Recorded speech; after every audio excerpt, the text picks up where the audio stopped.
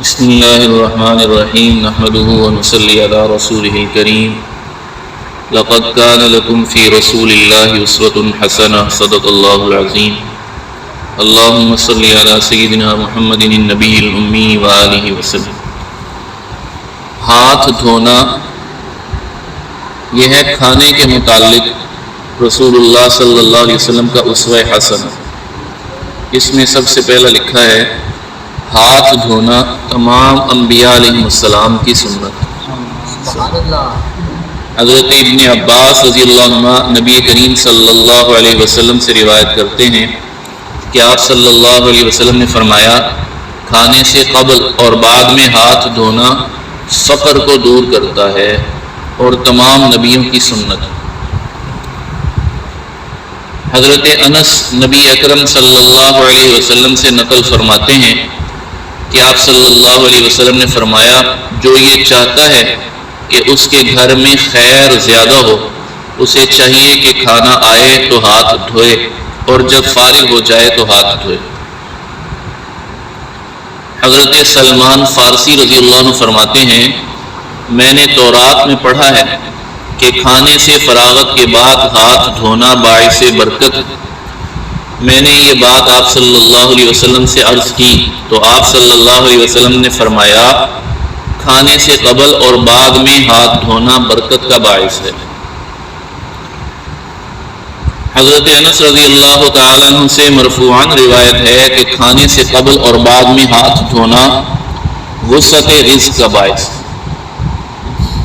اس میں شیطان کی مخالفت ہے، یعنی شیطان یہ نہیں چاہتا کہ آپ کھانے سے پہلے شیطان کی مخالفت کریں۔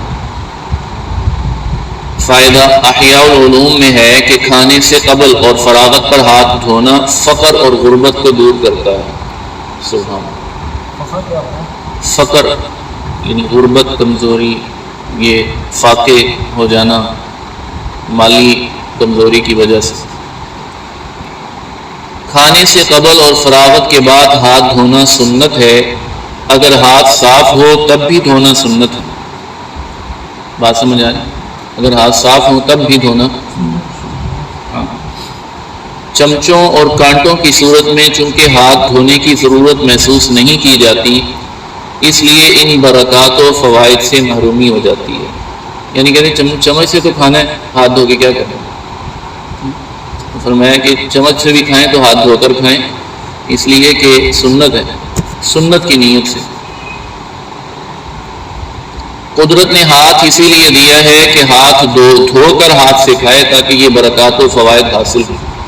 برکت کا مفہوم یہ ہے کہ جن فوائد اور مقاصد کے لیے کھایا جاتا ہے وہ پورے ہوتے ہیں، بدن کا جز بنتا ہے، عبادت اور عمدہ اخلاق پر تقویت کا سبب بنتا ہے۔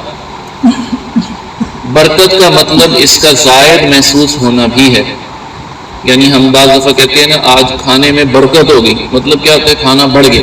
جیسے عثمان صاحب ابھی آئے تھے، ہمیں دعوت کھلائی انہوں نے، تو بعد میں آئے تو کہہ رہے تھے کھانے میں برکت ہو گئی۔ کیا مطلب؟ بڑھ گیا، بچ گیا۔ ایک بزرگ فرماتے ہیں کہ میرے اوپر 300 روپیہ کا قرض تھا اور بوجہ مفلسی کے کوئی صورت ادا کرنے کی سمجھ میں نہ آتی تھی۔ اتفاقاً ایک دن میں نے کسی عالم کے درس میں یہ سنا کہ جو شخص کھانا کھانے سے پہلے اور بعد میں سنت سمجھ کر ہاتھ دھو لیا کرے اس کا یہ فائدہ ہوگا کہ چند دنوں میں اس کا قرض ادا ہو جائے گا۔ چنانچہ میں نے یہ عمل شروع کیا، ابھی چند ہی روز کیا تھا کہ اللہ کے فضل و عنایت سے میرے ذمہ ایک کوڑی بھی کسی کی باقی نہ رہی، اور میں الحمدللہ ایک سنت نبوی پر عمل کی برکت سے بار دین یعنی قرض کے بوجھ سے سبکدوش ہو گیا۔ کتنے لوگ آج کہتے ہیں کہ ہمارا قرض کا بڑا مسئلہ ہے، قرض ادا نہیں، تو اس سنت پر عمل شروع کر دیں، آپ دیکھیں کہ انشاءاللہ۔ سیلچی میں ہاتھ دھونا درست ہے۔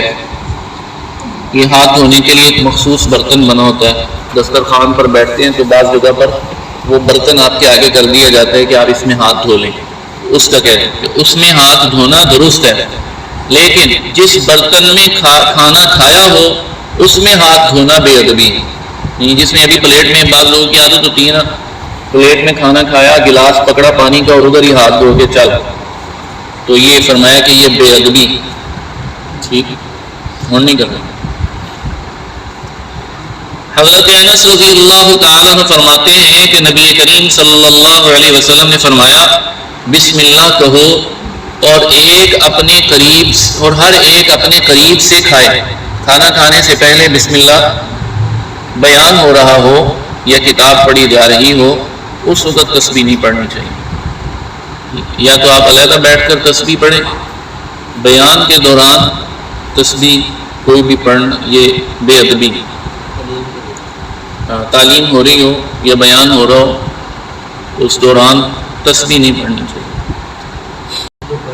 کہیں بھی ہاتھ پہ بھی تسبیح پڑھیں گے۔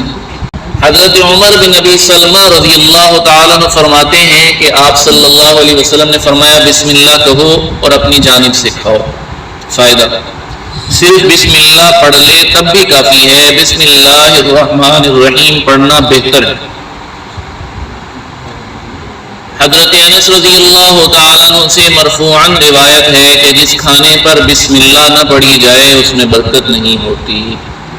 حضرت جابر رضی اللہ تعالیٰ عنہ سے روایت ہے کہ نبی کریم صلی اللہ علیہ وسلم کو میں نے یہ فرماتے ہوئے سنا کہ جب آدمی گھر میں داخل ہوتا ہے اور اللہ کا نام لیتا ہے اور کھانے پر اللہ کا نام لیتا ہے تو شیطان کہتا ہے نہ سونے کی گنجائش ہے نہ کھانے کی، کہتا ہے نہ اس گھر میں میرے سونے کی گنجائش ہے نہ ہی کھانے کی، بھوکا ہی مروں گا یہاں پر، اس سے بہتر ہے چلا جاتا، شیطان بھاگ جاتا۔ سبحان اللہ، سب کہو سبحان اللہ سبحان اللہ۔ حضرت سلمان فارسی رضی اللہ تعالیٰ عنہ سے روایت ہے کہ نبی اکرم صلی اللہ علیہ وسلم نے فرمایا جسے یہ پسند ہو کہ شیطان اس کے ساتھ کھانے میں، سونے میں، رات گزارنے میں شریک نہ ہو تو اسے چاہیے کہ جب گھر میں داخل ہو تو سلام کرے اور کھانے پر بسم اللہ کہے، اس کی برکت سے شیطان شریک نہ ہوگا۔ یعنی گھر میں داخل ہو تو اونچی آواز سے السلام علیکم کہا کریں، کہیں گے بھائی کہیں گے آج کے، ہاں اگر گھر والے سو رہے ہوں تو آپ آہستہ آواز سے سلام کہہ دیں، فرشتے جواب دے دیں گے انشاءاللہ، ٹھیک ہے، ورنہ برکت کی نیت سے، سنت کی نیت سے دل میں ہی سلام کہہ دیں، ٹھیک ہے، آہستہ آواز سے کہیں، برکت ہوگی انشاءاللہ۔ حضرت ابو ایوب انصاری رضی اللہ عنہ فرماتے ہیں کہ ہم لوگ ایک دن نبی اکرم صلی اللہ علیہ وسلم کے پاس موجود تھے، کھانا پیش کیا گیا، ابتدا میں اتنی برکت ہوئی کہ ہم نے ایسی برکت نہیں دیکھی، پھر آخر میں اتنی بے برکتی ہونے لگی کہ ہم نے ایسی بے برکتی نہیں دیکھی۔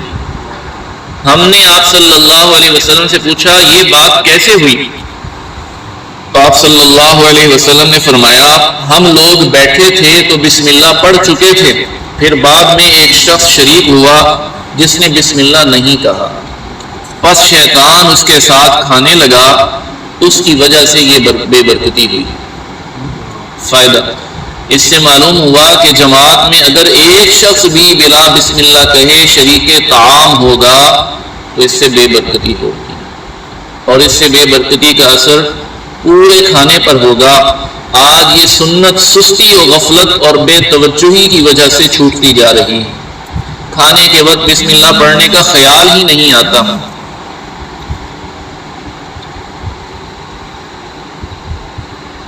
کھانے لگتے ہیں تو اس پر ٹوٹ پڑتے ہیں، چنانچہ بے برکتی کا مشاہدہ آنکھوں کے سامنے ہے، اور بے برکتی کا مفہوم یہ بھی ہے کہ کھانا مفید اور معین صحت نہ بنے، یعنی کھانا کھا کے جسم میں طاقت کمزوری ہو، سمجھ میں بیمار ہو جائیں، تو یہ اس وجہ سے ہے کہ بسم اللہ بے برکتی ہے۔ اللہ تعالیٰ حفاظت فرمائے۔ ایمان کے بعد سب سے بڑی نعمت صحت کی، ایمان کے بعد سب سے بڑی نعمت ہے وہ صحت، تو صحت کی بڑی قدر کرنی چاہیے۔ یہ بیماروں سے پوچھیں کہ صحت کتنی بڑی نعمت ہے۔ جماعت میں بہتر ہے کہ بعض ساتھی زور سے بسم اللہ پڑھ لیں تاکہ دوسروں کو بھی یاد آ جائے، شرکائے طعام میں سے ہر ایک کو بسم اللہ پڑھنا چاہیے. اگر کوئی ایک بندہ اسی آواز سے پڑھ لے گا، دو پڑھ لیں گے تو انشاءاللہ دوسروں کو یاد دہانی ہو جائے. حضرت جابر رضی اللہ تعالیٰ عنہ سے روایت ہے کہ نبی اکرم صلی اللہ علیہ وسلم نے فرمایا بسم اللہ کہنا شروع کھانے میں بھول جاؤ تو بعد میں پڑھ لو. حضرت عائشہ رضی اللہ تعالیٰ عنہ فرماتی ہیں کہ آپ صلی اللہ علیہ وسلم نے فرمایا اگر بسم اللہ پڑھنا شروع میں بھول جائے تو وہ بسم اللہ اولہ و آخرہ پڑھ لے. فائدہ خیال رہے کہ یہ کھانے کے متعلق ہے. شروع میں بھول جائے تو کھانے کے دوران جب بھی یاد آ جائے تو یہ پڑھ لے. وضو کے شروع میں بسم اللہ سنت ہے، شروع میں یہاں سنت نہیں، بخلاف کھانے کے کہ وہاں دوران میں بھی سنت ہے. اللہ تعالی ہمیں نبی کریم صلی اللہ علیہ وسلم کی سنتوں پر عمل کی توفیق عطا فرمائے. 2 سنتیں ہم نے پڑھی ہیں، کھانے سے پہلے ہاتھ دھونا اور کھانا شروع کرنے سے پہلے بلکہ کوئی بھی کام شروع کرنے سے پہلے بسم اللہ پڑھنا. گھر میں داخل ہو تو السلام علیکم کہنا. تو سب ساتھی اس کا اہتمام فرمائیں گے انشاءاللہ. اللہ تعالی ہم کی توفیق